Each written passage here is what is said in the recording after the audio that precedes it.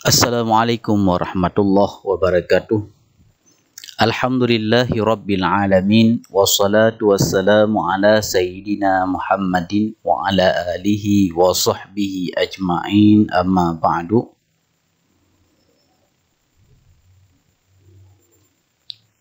Para penyuluh agama Islam yang dimuliakan Allah Subhanahu wa taala, dalam video kali ini kita akan kembali membacakan beberapa soal mengenai pengelolaan sumber daya masyarakat, yaitu termasuk dalam kompetensi umum pada poin yang ketiga.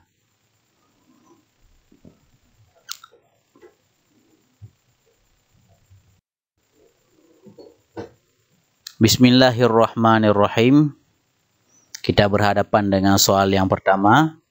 Kira-kira langsung sebelum sampai 1 menit harus ada kita temukan apa inti dari pertanyaan nomor 1 ini.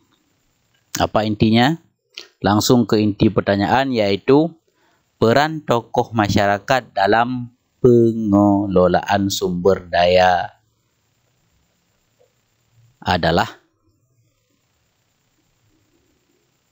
A. Mengendalikan seluruh program. B. Memotivasi dan memadu masyarakat. C. Mengambil alih tugas penyuluh agama. D. Mengutamakan kepentingan pribadi. E. Memfokuskan program pada komunitas tertentu. Okey, kita baca dulu ilustrasi soalnya. Masyarakat terbentuk karena pada dasarnya manusia memiliki keinginan untuk menjadi satu dengan manusia lainnya. Keinginan tersebut diupayakan dengan menggunakan pikiran rasional, perasaan, feeling, dan keinginan-keinginannya, willingness, dalam memberikan reaksi terhadap lingkungannya. Selain itu, manusia mempunyai naluri untuk selalu berhubungan sesamanya. Hubungan yang berkesinambungan tersebut menghasilkan sebuah pola pergaulan yang dinamakan dengan pola interaksi sosial. Jadi, apa peran tokoh masyarakat dalam pengelolaan sumber daya di masyarakat? Apakah A. Mengendalikan seluruh program, B. Memotivasi dan memadu masyarakat, C. Mengambil alih tugas penyuluh agama, D. Mengutamakan kepentingan pribadi, E. Memfokuskan program pada komunitas tertentu. Peran tokoh adalah B. Memotivasi dan memandu masyarakat. Pembahasannya, tokoh masyarakat berperan sebagai motivator yang mendukung keberhasilan program penyuluh agama Islam. Maka tugasnya adalah memotivasi dan memandu masyarakat. Jadi ini poin A, mengendalikan seluruh program, itu benar. Mengambil alih tugas penyuluh agama juga hampir benar. Mengutamakan kepentingan pribadi, ini salah. Memfokuskan program pada komunitas tertentu juga salah. Yang benar adalah memotivasi dan memandu masyarakat. Jadi jawabannya adalah B.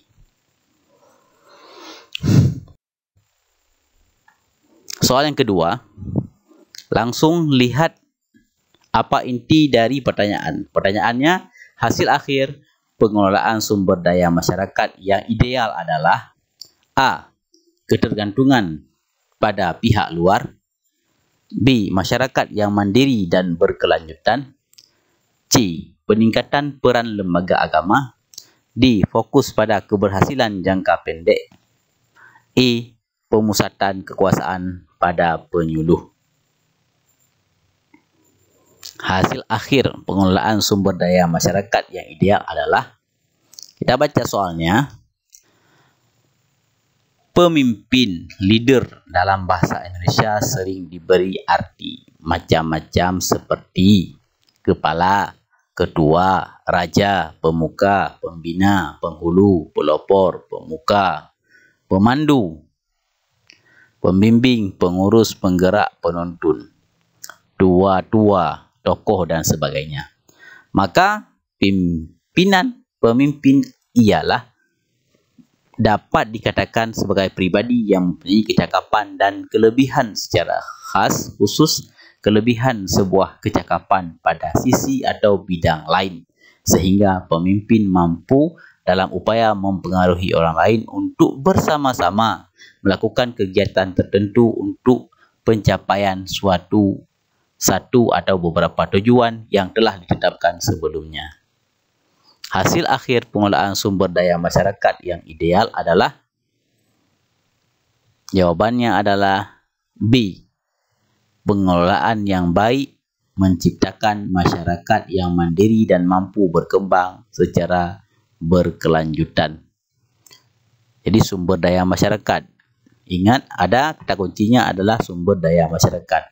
Maka masyarakat yang mandiri dan berkelanjutan adalah jawaban yang tepat. Kalau A, ketergantungan pada pihak luar, ini kurang tepat. Kalau C, peningkatan peran lembaga agama, ini juga masih kurang tepat. Kemudian fokus pada keberhasilan jangka pendek, ini lebih nggak tepat. Pemusatan kekuasaan pada penyuluh juga kurang. Jadi yang paling tepat adalah masyarakat yang mandiri dan berkelanjutan. Silakan para penyuluh yang akan mengikuti SKB ataupun P3K, mudah-mudahan bisa menjawab soal nantinya. Soal yang ketiga, langsung kita lihat mana pertanyaannya. Tantangan utama dalam pengelolaan sumber daya masyarakat adalah A. Kurangnya anggaran pemerintah, B. Tidak adanya tokoh masyarakat, C. Minimnya partisipasi masyarakat, D. Kelebihan sumber daya yang tidak terpakai, E. Dominasi kelompok tertentu. Kita lihat uraian daripada soal. Partisipasi kewargaan menjadi gagasan utama yang memayungi terbentuknya berbagai forum warga, termasuk yang didukung oleh masyarakat.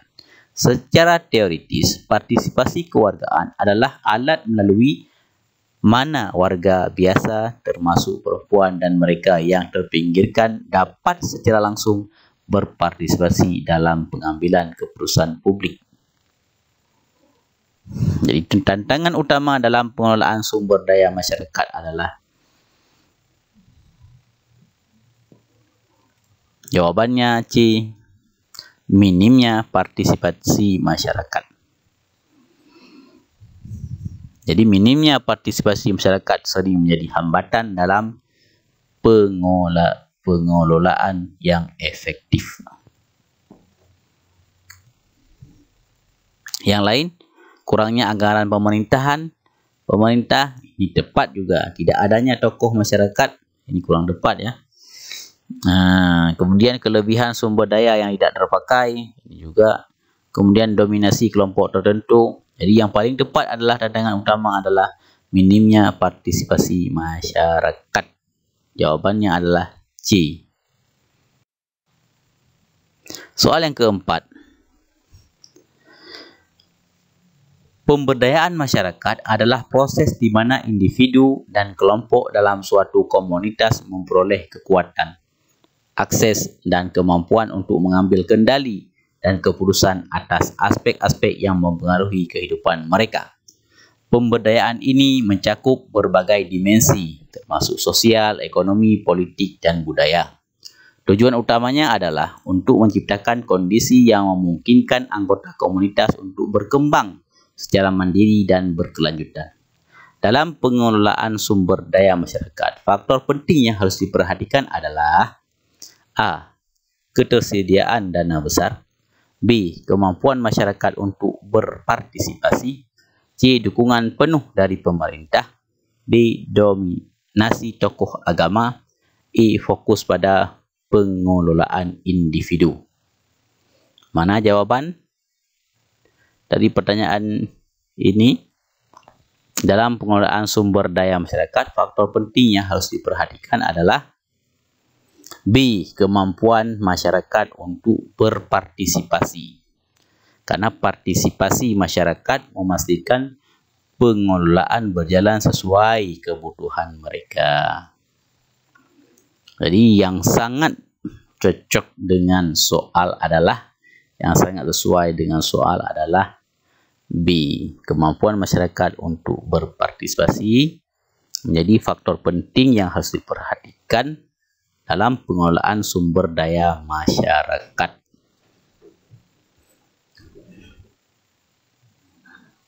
Jadi kita usahakan kita menjawab sesuai dengan apa yang diinginkan oleh soal.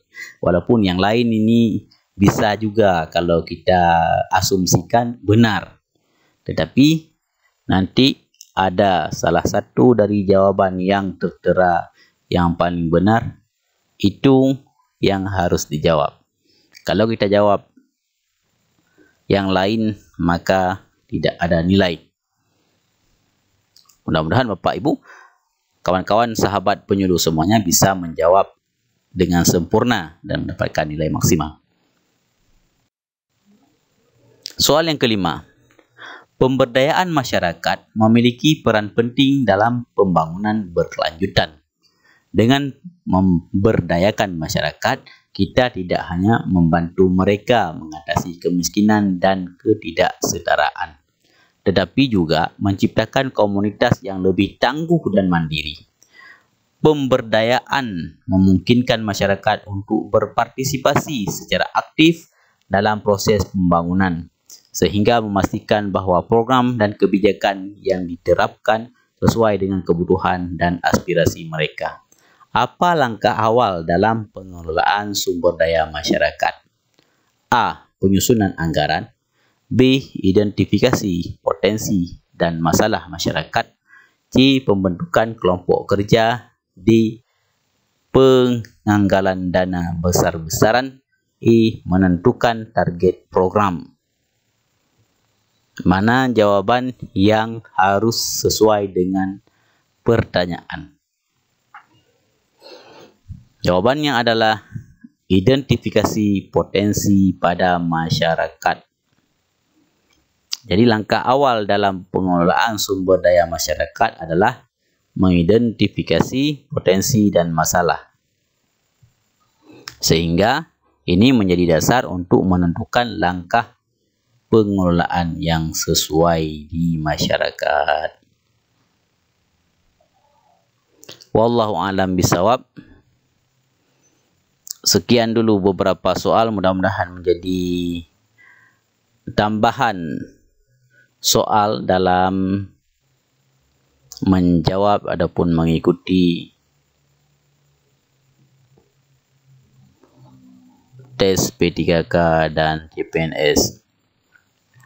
Di mana ada kesalahan dan kesilapan serta terbatasnya kemampuan kami dalam menyajikan soal-soal ini, banyak kami mohon maaf.